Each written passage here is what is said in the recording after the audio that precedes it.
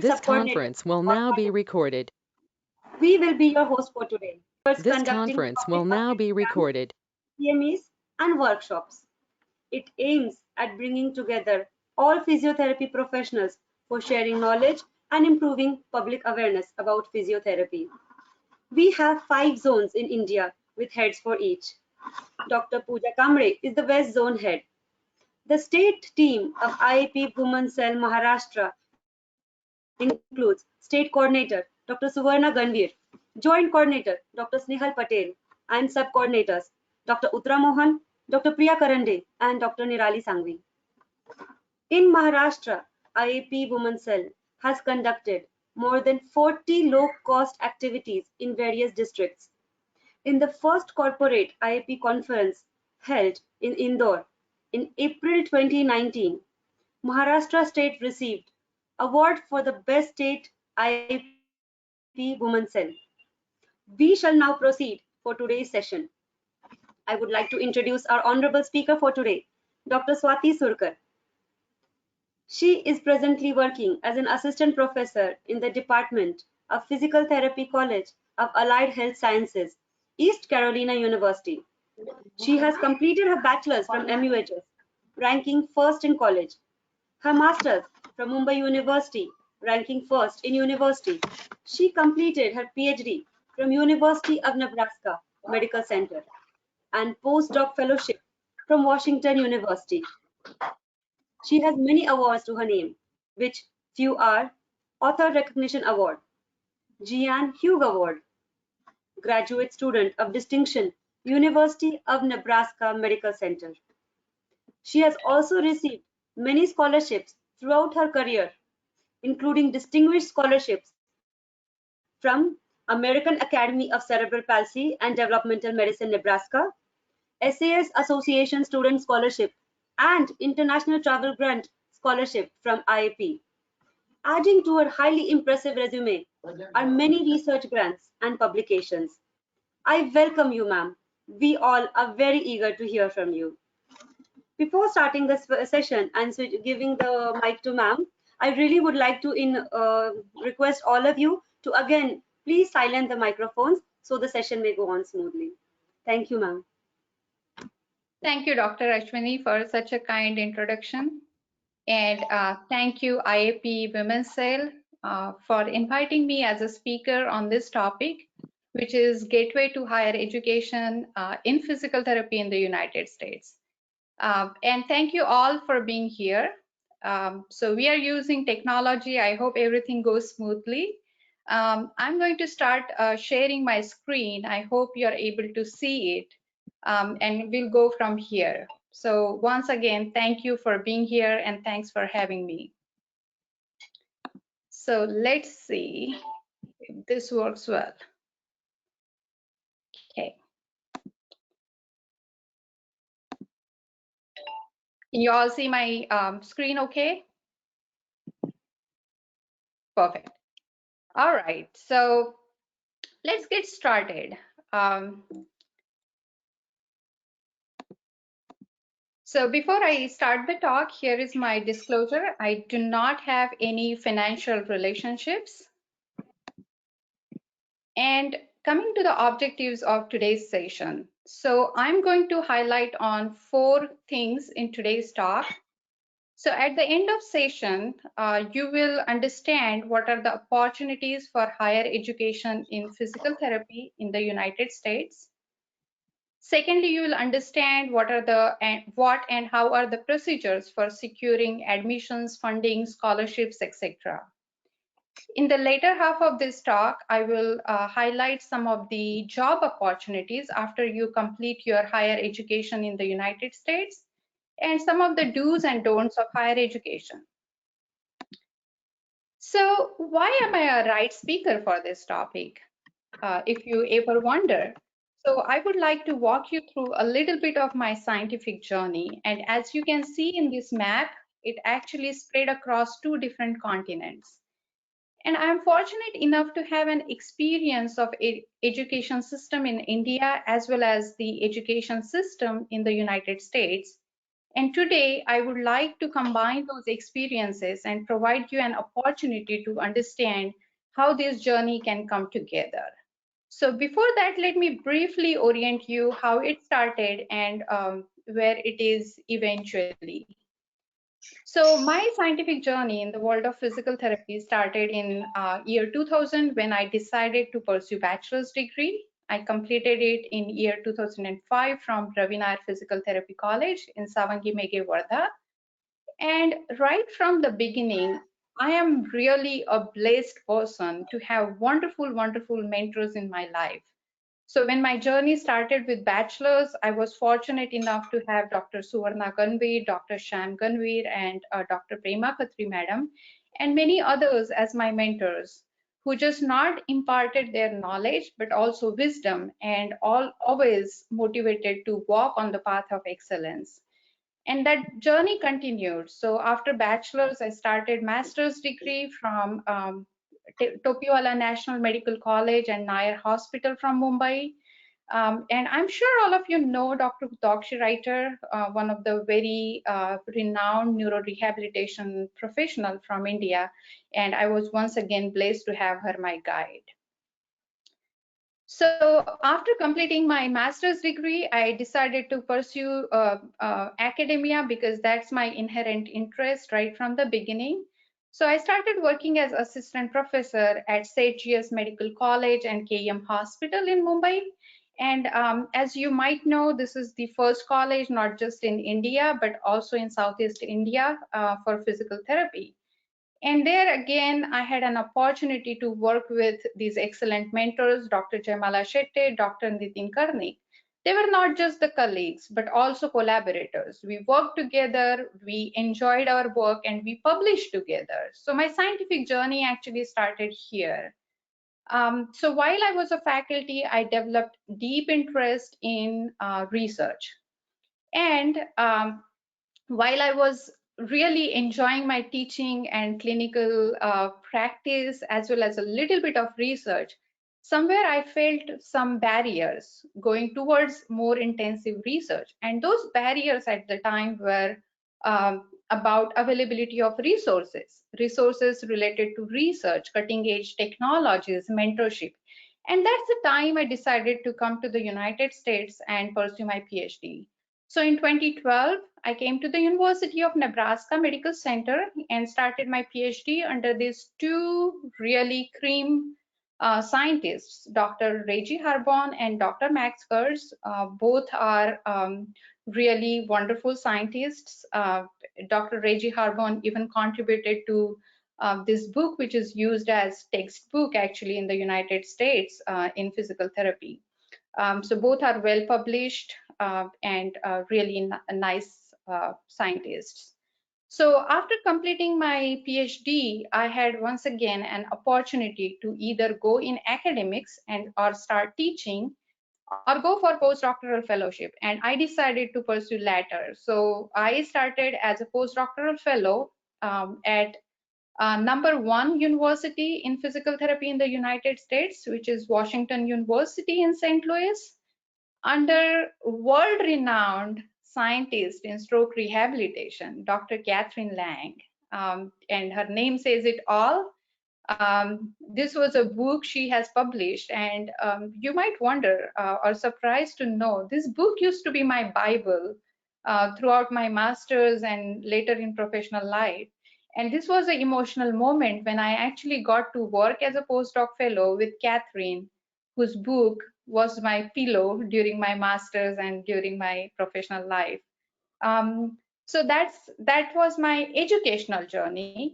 And right now I'm an assistant professor in the Department of Physical Therapy at East Carolina University.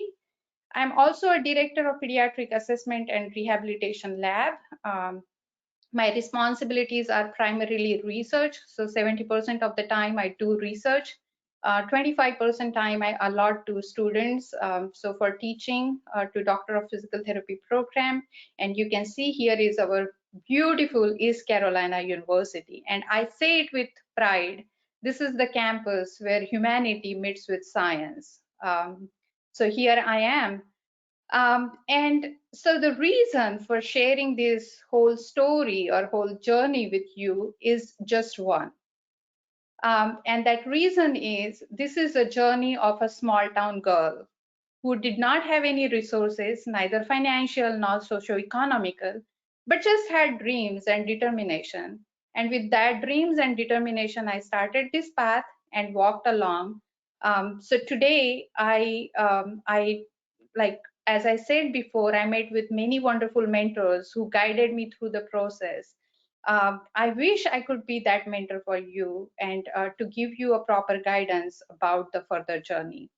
So without further delay, let me start with this. So why USA? Many question comes like, why do we need to pursue physical therapy, or why should we pursue physical therapy in the United States? So among many reasons, I have just highlighted 5 here. It's one of the older and established education system. So when research had just started emerging in many countries, you would be surprised to know that the first research paper from the United States in physical therapy was published in 1921 in Physical Therapy Reviews. So it is that older of a system for research, and practice even started well before World War I. So yeah, it's the older system. There are resources. This is a resourceful country. No matter like you ask for or you want to have access for gait labs, fancy neuroimaging techniques, exoskeleton robotics, name it, and it's there. So you get to learn with those skill sets. There are library resources. I can download like unlimited articles, full text article. I can read them and I don't have to pay for it. So those are really the resources I was looking for, and those are available in the US. Thirdly, you get an opportunity to live an American dream. So what is American dream? American dream says or aspires to dream high and to achieve those dreams. So you get to live that dream after your education. And some which are very personal to me. I feel it's this is the country where there are a lot of like facilitators for your progress and success, so that you can concentrate all your energies to one place, which is your work and work-life balance, and can progress towards your goals. I would like to just give a small example here. When I was in master's and wanted to go for further education, or like when I started my PhD applications, it literally took me 6 months to just procure my transcripts from Mumbai University, whereas it just took 3 days for me to procure admissions from my PhD university. So just like when you think about all those time factors, I feel that there are a lot of facilitators here. And not last but not the least, it's very important for me to learn outside the classroom. And that learning also happens here from diverse culture, because culturally you will see so much of diversity here. So those are my 5 reasons, top 5 reasons why I would choose physical therapy or overall education in the United States. So having said that, now when we think about the gateways, so I divided this talk in 2 separate, sessions. One is for clinicians and another is for academicians, or I would say one, those who aspire to become clinician, and other people who aspire to become academician or researchers. So let's start with the first gateway. Okay. So for if you are the person who whose goal is to be a clinician, and if you have completed bachelor's degree in physical therapy in India, and I just want to clarify here, physiotherapy is called physical therapy in the United States, so I might a little bit switch between physiotherapy and physical therapy, so kindly consider it. So if you completed bachelor's degree in India, your 2 options are, you can either come for master's in health sciences or master's in physical therapy, or you can come for doctor of physical therapy. And I would like to just quickly walk you through how does master's look like. Master's is usually 1 to 2 years of program after your bachelor's degree. And Doctor of Physical Therapy is actually an entry to physical therapy program. So similar to like if we combine the bachelor's and master's degrees from India, that all the degrees, both the degrees are condensed together in 3 years of Doctor of Physical Therapy degree. Now, please note, Doctor of Physical Therapy is not PhD. PhD is different. And I will take you through PhD journey later in this talk. But yeah, please do remember DPT is not equivalent to PhD. Okay. And the third option is Transitional Doctor of Physical Therapy, or TDPT.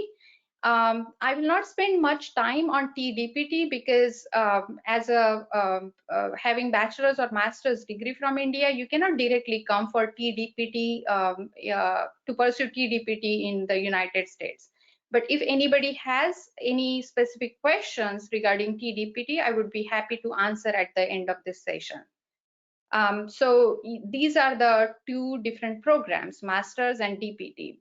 So then what are some of the pros and cons? Why should you come for Masters or Doctors? So I will briefly let you know. If you complete Bachelor's and you come here for Master's degree, you have to go through this something called as Credential Evaluation. And I will touch base on it as well just after 2 slides. So in order to qualify for licensure exam, you need to complete this Credential Evaluation. But if you directly come for Doctor of Physical Therapy degree program, which is 3 years entry to profession, you don't have to go through extensive Credential Evaluation. You can directly take licensure exam and start working as a physical therapist. Okay. Now, if you have completed master's degree, but your goal is still to be a clinician, what are your ways? You can still come here for master's degree, pursue master's degree in physiotherapy, which could be just as short as 1 year program, 1.5 year, or 2 year program, depending on what university you get admitted to. So once you complete master's degree, you still have to go through the entire credential evaluation. And as I said, I will touch base on credential evaluation later. After credential evaluation, you have to take licensure exam, and then you can start working as a physical therapist. So you might have realized in India, we have, once we have degree, we have, license, automatically a license to practice, but that does not happen in the United States. Irrespective of degrees, you have to have the clearance of licensure exam, then only you can start working as a physical therapist. So let me first walk you through. So once you completed bachelor's or master's, and if you want to be clinician, then what are your ways or what are your options to procure admissions here? So for master's degree, very few universities are providing master's degree. There are only 4 in my knowledge who gives master's degree. American Physical Therapy Association, or APTA, is a professional body which regulates all the physical therapy program as well as practice and research in the United States, has mission that from 2020, that means this year, all the programs, all entry-level programs should be Doctor of Physical Therapy. So my master's degree might be obsolete just in few years from now. This year, there are admissions which are occurring in master's program. It might be true for next year, but it might not be true in couple years down the line. Okay. So once you decide you want to come for master's degree, you identify those universities. What are those universities which fit your goals? Communication is a key here. So whenever you do communication with the universities and ask for specific program information, your communication has to be appropriate. And once again, I will touch base on what are the appropriate and inappropriate communications later during this talk. The other thing that you will need curriculum vitae or resume, which should reflect your educational background, professional experience, any clinical experience, volunteering, all those things. So basically, resume or curriculum vitae, that is the reflection of yourself. So you have to, present yourself smartly, but present also authentically. Then your GPA. So in the United States, we follow GPA here, which is grade point average. Historically in India, there used to be percentage system of marks. I think, or I believe now that's changing. But in the United States, GPA ranges from 0 to 4. So usually for master's program, you need GPA of 3.5 to 4, which is usually if you have above 65% of marks, your GPA will fall in this range. And how do you convert that GPA? You send your all transcripts or your mark sheets and syllabi to World Education System, and they do evaluation and convert your marks into GPA. So then question might be here that if you do not have above 65% marks, does it mean that you cannot come for master's degree in the United States? Well, the answer is not that straightforward, but I would say here, if you can compensate your less marks with good clinical experience, if you have other experience like, for example, teaching or clinical experience or some research experience, volunteering experience, certifications, those would also make up or count towards your GPA, like to make you as a good candidate. Okay. The other things that you will need is statement of purpose. Now, what is statement of purpose or SOP? It is basically, it shows your intention. Why are you interested in, first of all, who are you? Like, what is your educational background? What have been you up to until now? What are your interests and why you want to pursue your master's from this particular university? And then after pursuing masters, what are your goals and how will you contribute to profession and to the society? So that is the overall statement of purpose. Okay. Then you have letter of, so let me back up. In statement of purpose, basically you say that I am an outstanding candidate because of these reasons and I am interested in your university. Then you have letter of recommendation. Usually 2 to 3 recommendation letters are required. So who will be your, from whom you will obtain these recommendation letters? So it depends. If you are fresh graduate and bachelor's is your degree, you will get those recommendation letters from the professors of your college. Or if you did some clinical rotation with someone, and if that clinical rotation or if that clinician can write a letter for you, that could be one more recommendation later. If you have master's degree and clinical experience, then each of your institute from bachelor's, master's, as well as your current employee will write recommendation letter for you. And the purpose of recommendation letter is others are saying that you are a good candidate and you have prospect of succeeding in the program as well as contributing to the profession. So apart from that, you need GRE and TOEFL. These are the standardized test exams, and I hope you heard about these exams sometime. Nowadays there is a discussion going on in the United States. GRE might be taken off, but that decision is not unanimous. It depends from university to university. So whether requirement of GRE is there, it depends on the university you choose. Okay, so these are the required things for your admissions. So coming to some of the cost and financial assistance thing. So one thing, education in the United States is expensive for sure. The estimated cost of 1 to 2 years of master's program is 30,000 to 60,000 US dollars, which is equivalent to 23 to 46 lakhs. Yes, it is expensive. But few universities offer partial funding. So for example, if you secure admission, if you if you make a good impression, if your CV speaks, if you have a few extra skills, you might get teaching or research assistantship, but you have to apply for that. You have to strive for those. Sometimes you might try also like local state government. So for example, I heard Maharashtra government has some scholarships for education abroad now, or Tata Education Fund. So those are other agencies you can approach. So yes, these funding can take care of your living expenses, but still you have to pay huge tuition fees.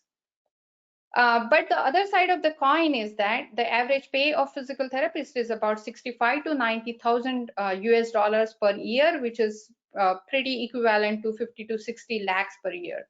So student get degree and usually in 2 to 3 years time period, they can pay off their education loan. So that's about the financial. So what are the ways to go about? I'm a person who believe that you can do it. So I would always say you can do it yourself. All you need is right skills and confidence and some risk-taking attitude. If something doesn't go right, it might cost you time, but you need to believe in yourself. You need to do your due diligence, and you can follow the process by yourself. Or you go with some good education advising consultancy. And good over here, I mean by good is experienced, skilled, and knowledgeable.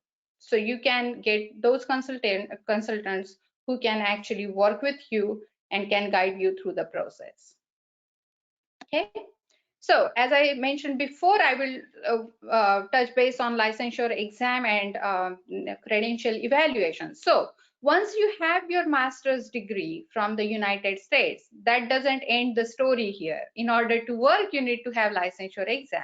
So there is something called National Physical Therapy or NPTE exam. That's the exam you need to pass with 70% of the marks. But before that, what you need to do is you need to send your credentials to something called as FCCPT. It is Foreign Credential Commission on Physical Therapy. What is the role of credential evaluation and this board? So once you have degree from India and another degree from USA, the US education system or this credential board want to see that your education is substantially equivalent to the physical therapy degree here in the United States. So what they do, they ask your mark sheet, syllabi, and you need to pay huge fees as well for that, but they convert your based on your prior education, they convert it into the US education system. So they see whether you have all those knowledge and skill sets to work as a physical therapist here. So once you have those credential evaluation done, sometimes there could be some deficiencies. Like deficiencies could be in the form of like some English exams or social science exams. Those you can take online, fulfill those deficiencies, and you can take your licensure exam. So remember, having degree doesn't end the story over there or doesn't give you a job or doesn't give you opportunity to work as a physical therapist. You have to have your credential evaluation done, and then you have to take licensure exam, pass that, and then you can start working in the in particular state. Okay, so that's about the physical therapy. So is it easy to find a job? So the answer is, for clinician, it depends. I don't like to use word job market, but I would still say the job market for PT is not yet saturated in the United States. But you need skills, good communication, and most importantly, visa sponsorship. Now, I do not have time to go into the visa sponsorship details, so I will skip this topic. It itself is a topic of another 1 hour. So those are the things for clinicians. So I will switch gear here and talk about the opportunities for academician, researchers, and scientists. So this is the route that I took. I came here for a PhD, Doctor of Philosophy, and I told you at the beginning, this is different from Doctor of Physiotherapy. So Doctor of Physiotherapy is a clinical degree. Doctor of Philosophy is an intensive research degree, which helps you in making academician, researcher, or scientist. So what are the requirements? And I'm going to touch base on these requirements in detail in next couple slides, but similar to bachelor's degree, you need good GPA, strong communication skills, GRE, and TOEFL scores. But what is different from master's degree, in order to get admission to PhD, you need to have good research background. Publications are great, some scientific presentation, national and international conferences. And as I said, I'm going to touch base on this in detail in the next slide. So funded positions are available for PhD, which take care of your all tuition fees. In fact, it pays you, but they are very, very competitive. And you will understand the reason why they are competitive just in 1 second. So let's have a look here. Finding funded position and mentor is crucial because self-funding will cost you 200 to 300,000 US dollars. So if you convert it into Indian rupees, for your PhD, the cost for 4 years will come to 1.5 crore to 2.3 crore. Really expensive, in my opinion. So in order to get such funded position, you definitely need to compete against many others, and you need to make yourself as an outstanding candidate. So without, like, it goes without saying that admission process is rigorous. Usually GPA, and I wrote it like I was a bit cautious in writing 3.25, but usually 3.5 to 4 GPA and above 65% of marks will make you a good candidate. Strong CV, as I said, like, you know, it's a reflection of yourself, your academic background, your research experience, your clinical. So all those will go in your strong CV. Along with that, statement of purpose, which I mentioned in the, it remains the same for masters, but the only difference here now, in statement of purpose for PhD, you have to align your, or somehow connect your research experience or intent to pursue PhD with mentor's research. So for example, my interest was in cerebral palsy research, and the mentor I chose for my PhD was also working in cerebral palsy. But I had to make a link, what I want to learn from that mentor, how I want to achieve my long-term goals, what specific learning skills and knowledge will make me a scientist that I desire to be, and how all these things can be accomplished in her and his lab, and how will it help me enhancing in profession and contributing to the profession. So that was the statement of purpose. Once again, letter of recommendation remains the same. One can be from your bachelor's institute, one can be from your master's, or one can be from your current employer.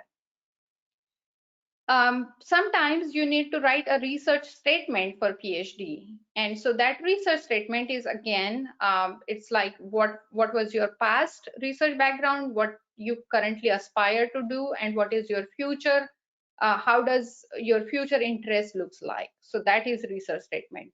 And cover letter is kind of a formal letter where it is amalgam of all these different things, but in a brief way. So that is your cover letter. Once again, you need good GRE and TOEFL score. And as I said, if university needs GRE, then you have to acquire that GRE score. What will make you outstanding candidate? Your publication record. Yes. And as I said before, if you have article published in PubMed journal, that is great. If you do not have article published in PubMed journal, what usually happens during the time of your application, mentor asks, can you provide us the copies of your published work? And when you provide those copies, the investigator or the mentor or your guide will read through it, or the committee will read through it. So your article should be methodologically sound, scientifically flawless, and should be written in a reasonable manner. So those are the things which are seen if it is not in PubMed index journal. And having few years of experience as academician or researcher always help. So those are the things, the later two will definitely make you an outstanding candidate. So again, ways to go about it. You can do it yourself, or you can find a good consultant, experienced, skilled, authentic, who will help you guide through the process. So some of the facts about PhD. I couldn't resist to put it over here because it looks very rosy that, okay, somebody is offering you a position which cost otherwise 1.5 to 2.3 crore rupees. But no, there are huge responsibilities associated with it. So I always like to say, no matter to who is my audience, PhD is a very, very serious business. In the United States, for physical therapy, minimum duration is 4 years. It's full time. So you have to come here, you have to work with mentor. Initially, you work on mentor guided projects. So for example, I am a PhD, I'm soon going to be a PhD guide. So my PhD student will start working under me, but slowly will develop his or her own research agenda and will try and pursue it in my lab. That research agenda will be aligned with my research, but will be still slightly different, so that that person can become independent investigator later on. The scientific rigor is very, very strong. So you need to complete coursework, and coursework consists of different courses, 3 credit each, and number of those, at least 12 to 13 courses you have to take over the span of 2 years, and not just take, but pass it with GPA of at least 3.5 to be in the program. You have to complete dissertation, you have to do publications and scientific presentation. So it's a grueling process for sure, but hard work pays off. You can see this is a true and genuine smile, both on my face as well as my mentor's face. So fruits are definitely sweeter. But it is a grueling process though. So what are the opportunities after PhD? So after PhD, you can either do postdoc research fellowship, and this is the route I took. I briefly will tell you what postdoc research fellowship is. It's the further research training under some other mentor that will help you making your science more strong to make you as more independent investigator. And people usually pursue postdoctoral research training who aspire to become scientists or who aspire to have more research intensive career. So you work with mentor, the difference only between PhD and postdoc mentor, here you need to have more problem solving abilities, you need to be more independent. Your mentor is just, I mean, not just there, but your mentor is to guide you, but not hold your finger and walk you through each and everything. More independence is required here. This is a paid job, so you get paid for your job to do research, so that is excellent. Or you can go for academic or faculty position. So people like those who aspire to teach and do less intensive research can actually go into faculty position right after your PhD. Once again, both have excellent job market, so there are no problem actually with the finding faculty positions. But caution here, you need to earn the job. It's not that you have PhD, that means the job is waiting for you. You need to have a good reputation of yourself as a student. You need to publish, you need to establish your skill sets as well as research agenda. But these are cream jobs though. Decent pay scale, 85 to 130,000 per annum starting salary, which is 65 lakhs to 1 crore just for the assistant professor on the first year of their tenure. Visa has special consideration. So academic jobs usually get visa sponsorship very easily. This is one difference between the job visa sponsorship for clinician and academician. It's a cakewalk for academicians actually. It comes with number of benefits for academicians, and people, those who value money, those could be more like in terms of good retirement benefits, etc. But for people like me, I value more of my knowledge and science, and for me those benefits are I get to attend national international conferences, I get to discuss and talk with number of scientists all over the globe. I can access thousands of articles a day without just using my library resources. I have my team to work with, and I see those as my great benefits. Also, these are tenure and non-tenure track positions, and I again do not have time to go through these details, and neither you need to know much. But tenure is something like which comes with high expectations. So for example, my position right now is a tenure track. I have been given 6 years to prove myself as a productive professional. If I prove to and keep myself up to the expectation of the university, my job will be forever. I mean, university cannot kick me out unless I commit some crime, and I hope I don't. So those are tenure track positions. The non-tenure track are fixed terms, so your contract is year by year. You perform well, you get your next year like contract. Otherwise, if you do not perform, you will be kicked out of the university again.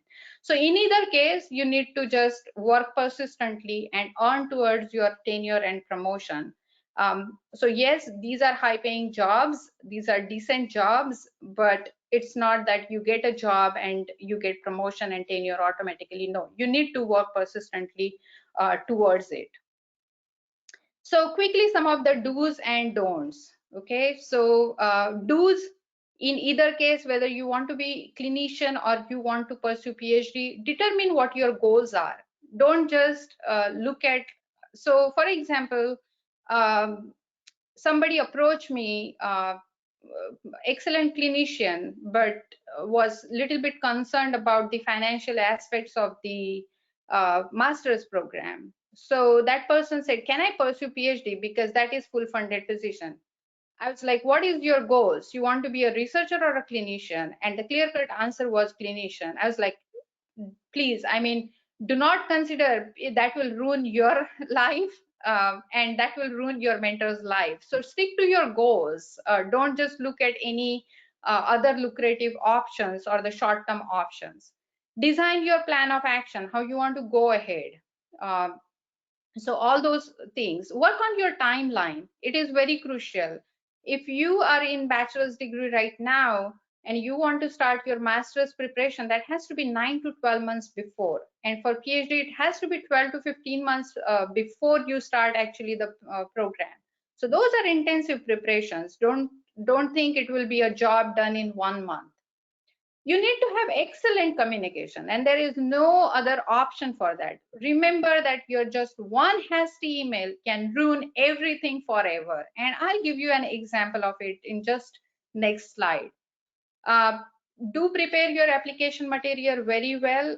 Just get those proofread, no grammatical errors, no sentence structure errors, those kind of things. And be authentic while you prepare your application material. While it's really very attractive to make very pleasant your application material, but it is, if you put fraudulent material, that is going to destroy you forever. And respect others' time and privacy. Sometimes it happens that we tend to expect reply to email just like how we expect in text. No, that is not how it works. So respect others' time and privacy, and ultimately your attitude decides your aptitude. So I don't need to say anything about that. Have that good attitude that will definitely take you to the greater aptitude. And then some of the don'ts. So the number one don't is poor communication. It's a big red flag. You won't believe it, but that will ruin everything. Now here is just a small example here. You can see it's not just the grammatical and sentence structure errors right here, but also look at the intention. I mean, you need to be kind, you need to be courteous, and that's your attitude. And as I said, your attitude decides aptitude. If you send this kind of email to someone, some professional here in the USA, please don't ever expect that you will get the answer back, irrespective of number of repetitive emails. Okay, so then what is correct format? Please address someone with dear doctor, or like whatever the salutation is. Introduce yourself, introduce with your educational background. Explain what is the purpose of this email and why are you interested in pursuing PhD or even master's with that researcher. And conclude with a thank you remark and write all your details, which include name, designation, address, phone number, and email. So that will be appropriate, if not correct, I would say appropriate format of email. Do your due diligence. So if you, for example, apply to someone, if some candidate apply to my research lab and want to work with me, but doesn't know what is my research interest, that candidate will be easily caught and again will be a red flag. So do your due diligence about the person with whom you want to apply. Again, ill-formatted application material is don't. Falsified information and plagiarism. These are two serious, almost criminal offense in the United States. Don't ever do it. That is my sincere request. It just not spoils the applicant, but it also spoils the reputation of other professionals of the same nationality working here. And from ethical perspective, don't ever do it wherever you are. Just be authentic, be genuine. And then one more thing, repetitive email of inquiries. So once you send email, if you don't get answer, please wait at least 1 week and then send another email. And if you don't get answer to your second email, please don't write third email. And if you're writing this kind of a communication, don't even ever expect that you will get a reply.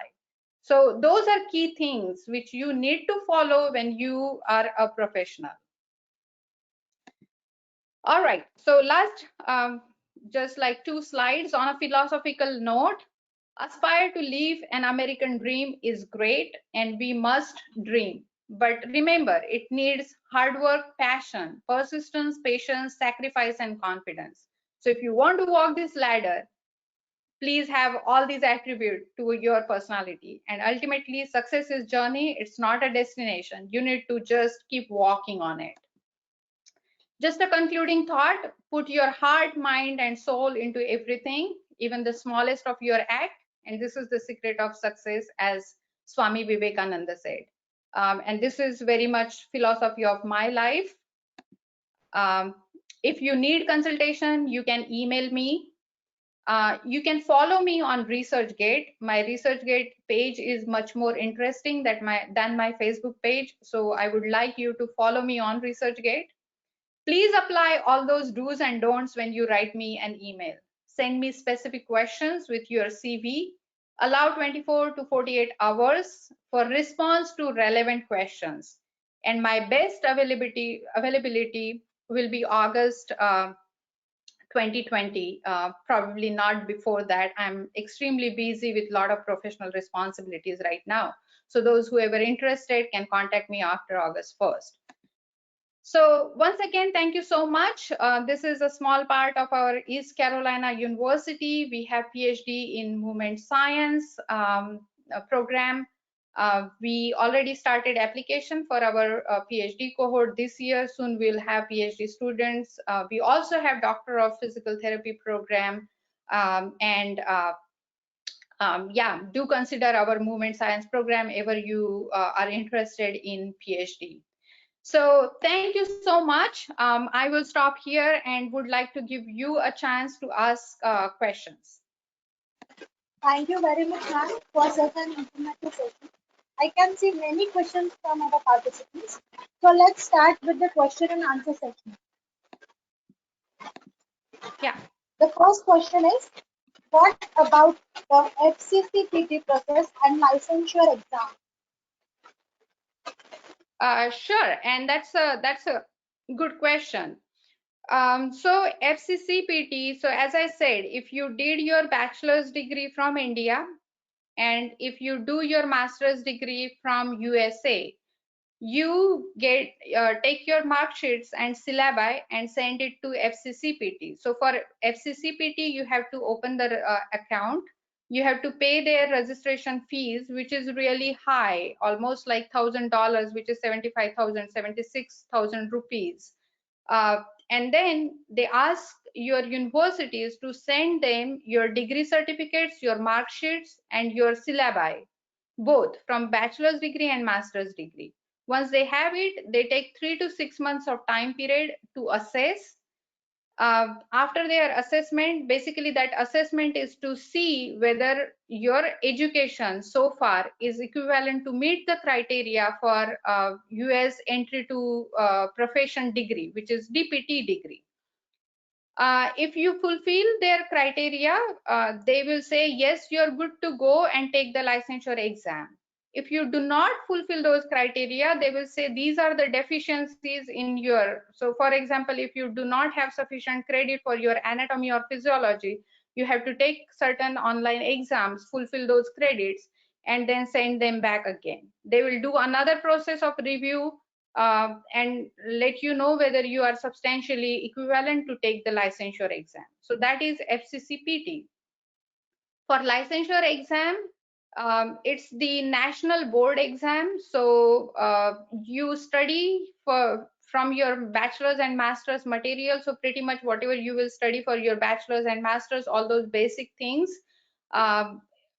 after studying, you take the exam. It's 250 marks, 250 question exam, 5 hours long, and you have to pass it with 70%. Once you pass it, you are able to work as a physical therapist here in the United States. Yeah, thank you, ma'am.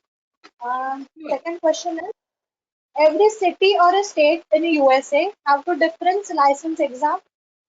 Yes, that's a good question as well. Yes, every state, which is called a jurisdiction, has different laws. Yes, the common exam is the same. So you will take the same exam for, for all the states. So exam is national level. But if you want to work, for example, in North Carolina versus New York, you might have different requirement for each state. So you take the same exam, but you get affiliated to different state, and that state might itself have different requirements. So for example, North Carolina has a requirement that you learn the laws of health professionals over here. So you have to take that exam and fulfill that deficiency. Thank you, ma'am. Third question is, please, ma'am, can you elaborate on GRE and TOEFL exam procedure and score?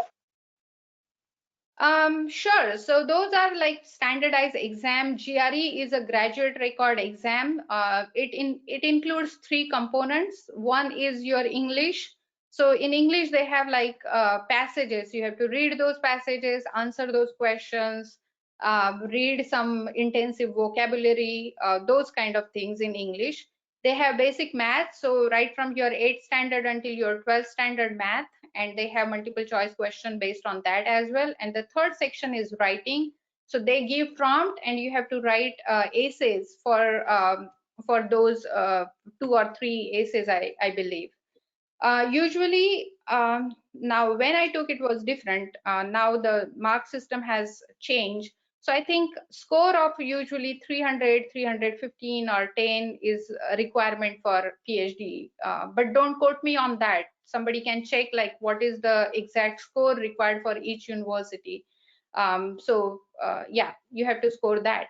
TOEFL is just the standard, it's a test of English language proficiency. So it's everything English based. So it sees that whether you can read English, write English, comprehend in English, speak English, and you can listen. And yeah, so that is comprehension, listening and answering, and writing. So that is TOEFL exam. Yeah, thank you, ma'am. Next question is, how is the further scope who already done MPT in India? I'm sorry, can you repeat the question? There was some disturbance. Yeah, okay. Sorry. How is the further scope who already done MPT in India? Scope for what? For clinician or for PhD? Both. Okay. So as I mentioned in my talk, if you aspire to be a clinician and if you already have master's degree and you come here for a short master's degree, that will make you a little bit stronger candidate. The reason is because when you study bachelor's and master's, you study a little bit more compared to, so if you have master's degree, you learn more than a bachelor's degree. So you accumulate those credits in number of different subjects. So for example, with neurophysiotherapy in bachelor's and neurophysiotherapy in master's, both when combined, your credits become more. So if you already have master's degree, the credential evaluation will be a bit more softer and smoother for you compared to one who has only bachelor's degree. For PhD, if somebody has master's degree, again, it depends what stage of master's. I mean, if you finish master's, do you have clinical experience or do you have academic experience? Do you have some publication experience? So based on all those things, and again, your strong research interest will make you a good candidate for PhD. So those are 2 scopes. Thank you, ma'am. One last question, ma'am. If a candidate has a lower GRE score but a good profile, what are the chances of the acceptance? Yeah, so it all at the discretion of the university and at the discretion of the admission committee. So if there is a strong like criteria that at the university level and at the department and committee level that somebody with this cutoff score, so if the cutoff, if candidate doesn't meet this cutoff score, no matter how good candidate is, that candidate failed to fulfill our criteria, that university will not accept you. But then you can always like ask. So America is all about ask. So ask that if you do not have good GRE score, for some reason you could not make it to that GRE score, but you have all these other accolades. So could you please consider? Not that it doesn't go that please consider because I'm the best candidate. No, could you please consider me? So that is how it works. And again, as I said, it is at the discretion of university, at the discretion of department, their policies and the admission committee. Okay. Thank you, ma'am, for the responses. And I appreciate the enthusiasm of the participants for the entire session. Now, moving forward, I would like to invite Dr. Vaibhavi for the vote of thanks. Thank you.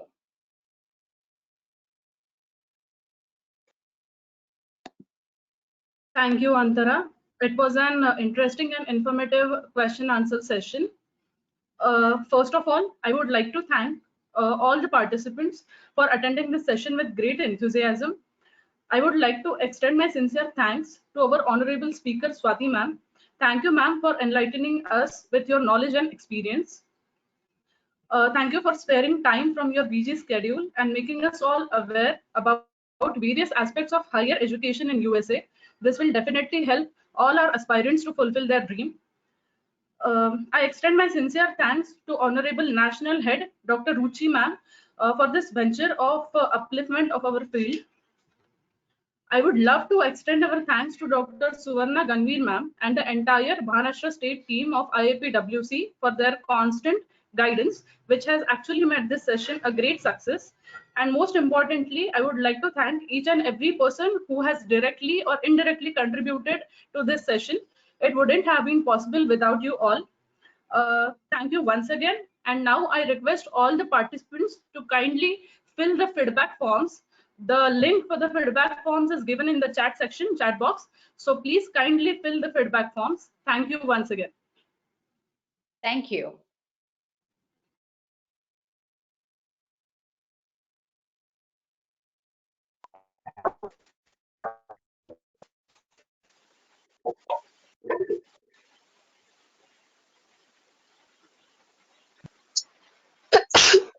Any other questions? If any other participants